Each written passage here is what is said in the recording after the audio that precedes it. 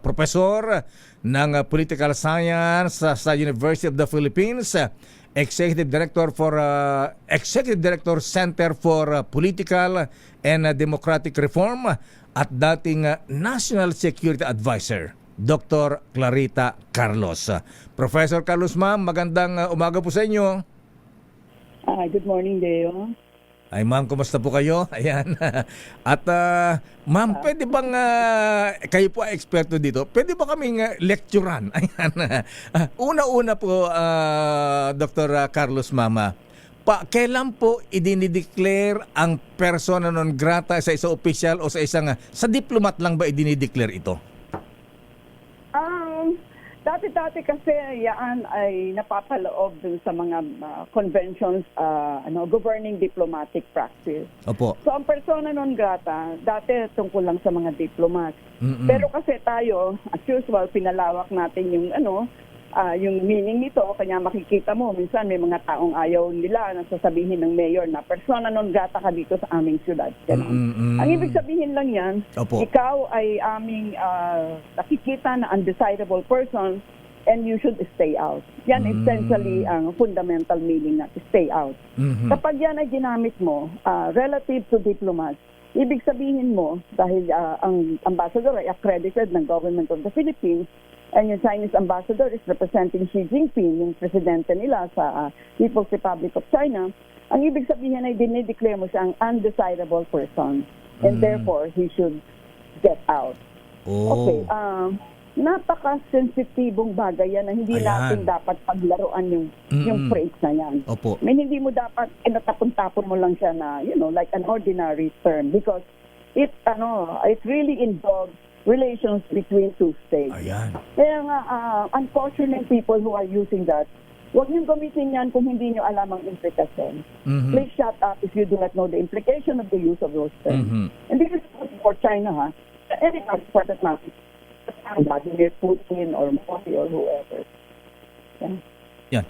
Ayan, napag-usapan na rin natin, ma'am, may mga proposal po sa ilang senador na i-declare na persona non grata itong ambassador at yung isa pa opisyal ng Chinese Embassy. Kung i-declare silang persona non grata, halimbawa, Dr. Carlos, ma'am, ano po ang implication sa diplomatic relations at meron bang epekto sa ating trade relations sa China pagka yan po ay ginawa ng Pilipinas? Talagang malaking deep and broad. Ibig sabihin nito, tayo, Presidente, bilang Chief Architect of our foreign policy, i-declare na naiisip na natin eventually mag-break tayo ng diplomatic relations with China. Lang yan eh. That's just the first crack, no? It's only the first crack. Ano yan? Graduated yan eh. Until at ang magbe-break up na tayong diplomatic relations. Ito ba'y nasasaad sa national strategy natin? O meron ba tayong national strategy? Kasi yan, sumusunod yan sa isang national na balangkas eh. Wow. Deo. Meron kang isang buong mapa. Ito ang relasyon natin sa China, sa Russia, sa US, sa India, etc. Sa ASEAN. Diba? Ito ba ay napapaloob sa balangkas ng ating relasyon na gusto nating mangyari? Kasi kung hindi ito nababalangkas doon, huwag tayong kumibo. Gumawa tayo ng ibang paraan para maayos natin to kasi hindi ito naaayon sa ating national strategy. Pero nakita mo naman, nung nagbigay ng accreditation nito si Ambassador Juan, si Presidente, ang gaganda ng mga salitang sinabi nila, let us have cooperation, let us do people-to-people exchanges, and the like. So parang taliwas ito, bagay, tapatan naman ng mga senador na magsabi ng ganito, pero sana limiin nila yung implikasyon ng sinasabi nila. At pag ginagamit nila yung diplomatic terms na lang, limiin din nila kung ano ang ibig sabihin nito sa pagkalahatang relasyon natin dito sa bansa nito. So hindi po simpleng pagka dineclare na persona non grata ang ambassador nila rito, hindi po simpleng gaganti rin sila at yung ambassador natin sa China ay pauwiin din. Hindi lang ganun po kasimple, Dr. Carlos, ma'am. No. It's a very, very convoluted thing, Deo, and it involves really very deep implications than what people who use those terms loosely are saying. Yeah. And I'm so bothered because, I've been an observer of foreign policy. I've written so many papers on Philippine-China relations. And Ambassador Guan dun sa kanilang Chinese embassy function last week.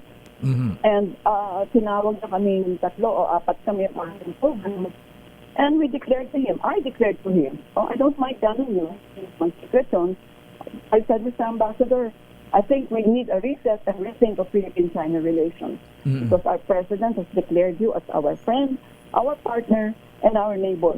Hindi na magyayari, hindi na magkakaroon ng geopolitics na yan. So we've got to work on this already. And then siguro kung maidala ko ng Deo across from the Pacific Ocean, yung sinasabi ni Trump, the Western Hemisphere is ours, Monroe Doctrine. No? Yung mga iba, ang China, ang India, ang Russia, pahala na kayo sa inyong areas of responsibility. That's exactly what Trump is saying. Nakalagay yan sa national security strategy niya. Ibig sabihin yan, ang basa ko bilang political scientist, atras na siya dito sa rehiyon na ito. Kasi nakatutok na siya sa Western Hemisphere. Hindi ba, dinukot niya si Maduro, tapos anuhin pa niya, ang Cuba, Colombia, meron isang listahang mahaba sa Iran buong pa ngayon. Latin America, di ba? Oo. Kaya nga, Beo, nakita mong, kailangan pag tinignan mo to, tignan mo sa pangkalahatang concern natin bilang bansa. Diba? So, kaya nga, sana, sinasabi ko, bagay, hindi naman mapapagsabihan ng mga senators at kung sino man. Medyo hinay-hinay po tayo sa paggamit natin at ang mga proposals natin sapagkat lalo na ang Senate na siya ang nagra-ratify ng mga treaties, conventions and agreements. Ayan. Kasi meron po itong malalim at malawak na implikasyon. Ayan. Ano po ang possibility? Anong mangyayari sa trade, economic relations natin sa China pag lumala po ang sitwasyon pag may na-declare na persona non grata, Dr. Carlos, ma'am? Kasi alam mo nung National Security Advisor pa ako Deo, marami akong memos kay President natin na natin, automate natin yung trade economic at saka yung territorial issues. Yung territorial issues, nakamatay na tayong lahat, hindi talaga mariresolve yan. That's why, set it aside, put it in the margin. Pakialaman natin, pagtitinda ng ating mga, saging, pineapple, virgin coconut oil, ganun din ang, Okay, tignan mo ang Vietnam. Di ba ang daming namatay na Vietnamese nagsalpukon sa China? Tignan mo naman, nagtitinda sila sa China. China is selling to them. The same with Malaysia, Indonesia. If these countries can do it, why can't we? Mahirap na i-memorize ang Deo. Diba? Hello? Diba? Yan. At meron pang nalimutan ko ng pangalan niya. Meron special envoy to China for investment. Meron special envoy to China for trade. No? At kami dito bilang akademiko, talagang we're pushing hard for faculty exchanges, student exchanges, katakot-takot ang scholarship na binibigay ng China sa English-speaking schools, no? Less, stupid people na nakikinig kayo, sasabihin naman po China si Carlos. Please, no? Isipin niyo po yung sinasabi ko. Ako po academic. Di po ako pwedeng pro or anti. Sinasabi ko lang sa inyo na ang China ay kung hindi po maglilipatan ng mga isla at kontinente. Andiyan po yan, neighbor po natin yan across from the South China Sea. Kung hindi po natin mapagkaanuhan, we cannot agree upon, set it aside, put it in the margin. And pag-isipan natin na palaguin natin. No? By the way, Deo, sinabi ko pala sa ambassador, kasi bago siya Sa ambassador, for your information, I hope you don't mind, sabi ko, there is a MOA between Philippine Coast Guard and Chinese Coast Guard. In fact, kayo na yung time nyo nang mag-host. Kasi yan, Deo Manila-Beijing. Na-discover ko yan ng NSA ako dahil nagsaliksik din ako. Abay, may MOA pala kayo. Mag-usap kayo kasi may legal framework na. Ganun diba? Pero, meron talaga. It's there. I saw the document.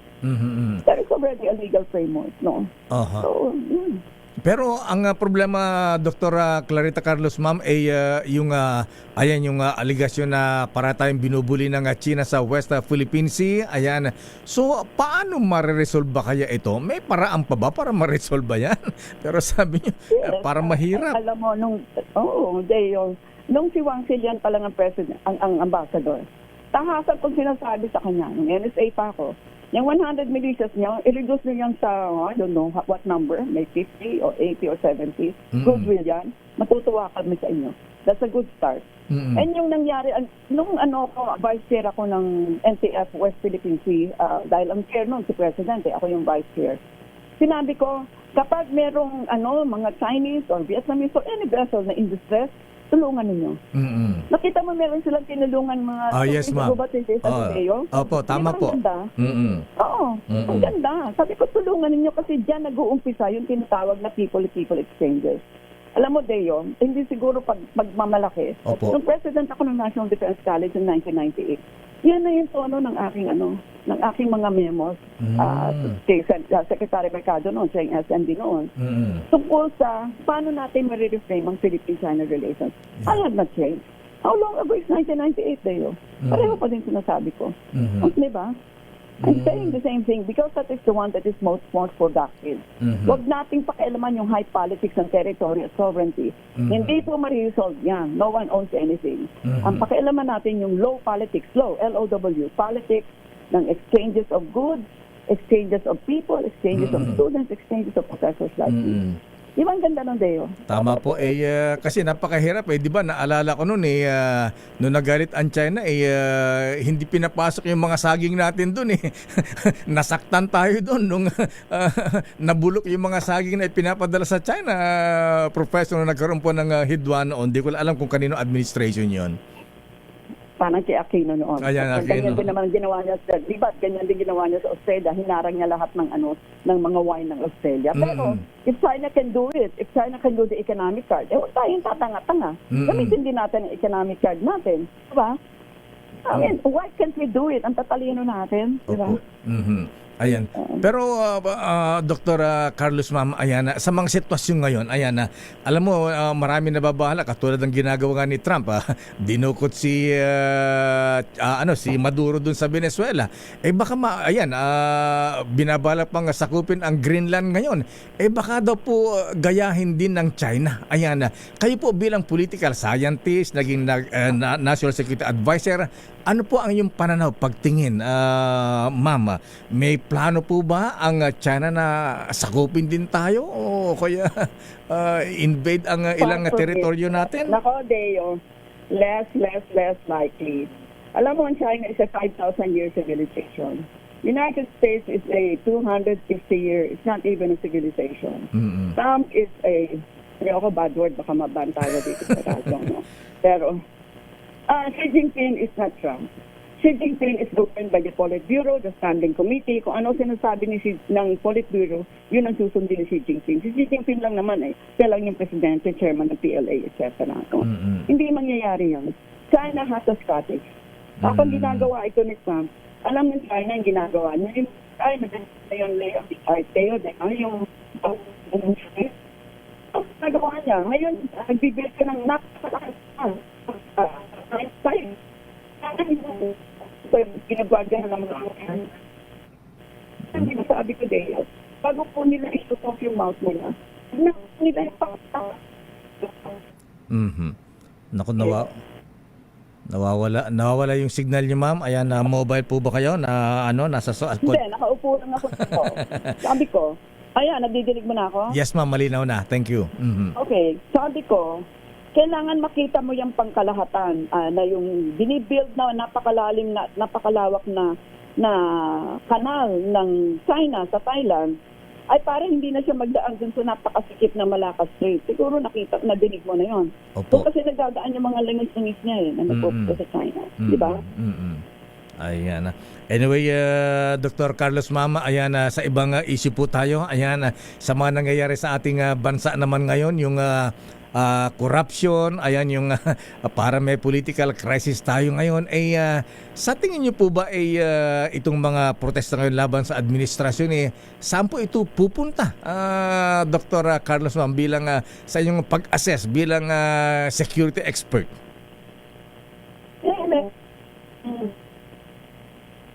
Am I clear? Ayan, ma'am, ayan, please, go ahead. Am I clear? Yes, ma'am, malinaw po yan. Ayan, please go ahead. Okay. Hindi kasi ako naglalakad ano masasabi ko? Meron po kayong karapatang mag-rally dyan sa kalye. Miski araw-araw kayong mag-rally. Karapatan po natin yan under our democracy. Meron din pong karapatan yung inelect ninyo na 6 years na mag-stay dyan ng 6 years hanggang hindi siya na-i-impeach. Diba, Deo? Po. Diba? Kung gusto niyo ma-impeach siya, parang ilan na ba yung impeachment na final sa Dalawa. House of Representatives. Mm. Tignan natin kung magpo-prosper ito. Parang they're only a little over 800 days, no? Ako naman, sabi ko, sige, pabayaan mo yung proseso, mag-prosper and let's see where it goes. Pero kung ako kasi, bilang political scientist, gusto ko political stability. Mhm. Pabayaan mong matapos ang term ni President Bongbong hanggang June 2028. Mhm. Yes, di ba? Opo. Ayan. Sabi nga... Actually, Deo, October 2027 pa lang, magkakaripasan na yan. Kasi hindi ba yung filing? Kailan ba yung filing? Parang October o November, hindi ko matanda. Kaya sabi nga, sa ngayon, parang lame duck na ang presidente natin dahil patapos na ang kanyang term, hindi po ba? Mhm. Hindi. Kasi isa na naman yan, nagkopya-kopya na naman tayo ng term na lame duck. Hindi po yan nagre-refer sa atin. Ang nagre-refer po yan sa US President. Kasi ini-elect nila ng November yung President. Tapos January, third week of January pa lang magiging President. From November to January, yan po ang lame duck. No? Dahil alam mo na kung sinong next President. Again, wag po tayong kokopya-kopya ng mga ng mga terminologies. Ng mga phrase. Pero akma sa atin. Mali po yan. Mali po yan. Anyway, last na lang, Dr. Carlos, Mama, sa tingin niyo ba sa kabila po nitong mga ingay, mga protesta, matatapos ng Pangulong Marcos ang kanyang term hanggang June 30, 2028? Sana nga, sino ba naman ako na pero naghahangat ako ng political stability over anything else. You cannot have economic growth if you don't have political stability. Hindi ito pro Marcos, hindi ito pro Duterte, Sara Duterte. Ang sinasabi ko lang, walang bibigay sa atin ng pondo na either foreign direct investment o galing sa labas. Ang gulo-gulo natin, no? Sa sarili natin, hindi naman natin malaman kung saan tayo susuot. Medyo konti lang po ang stability, no? Yan. Pwede naman kayong magsisisigaw dyan, wag lang kayong magmura. Magpunta kayo dyan sa kalye, wag kayong manira. Di ba? Karapatan niyo yan lahat. Pero sa dulo, we need political order to have economic growth. Siguro, Deo, yun na lang ang huli kong admonition sa ating mga kababayan. Dr. Clarita Carlos, ma'am, maraming salamat po sa iyong mga paliwanag, lecture sa amin. Political Science 101. Thank you, ma'am, and good morning. Mabuhay po kayo. Maraming salamat. Good morning, Deo. Mga kaibigan, Professor of Political Science at sa University of the Philippines, Executive Director ng Center for Political and Democratic Reform Incorporated at dating National Security Advisor na dating Pangulong Digong Duterte, Dr. Clarita Carlos. Daming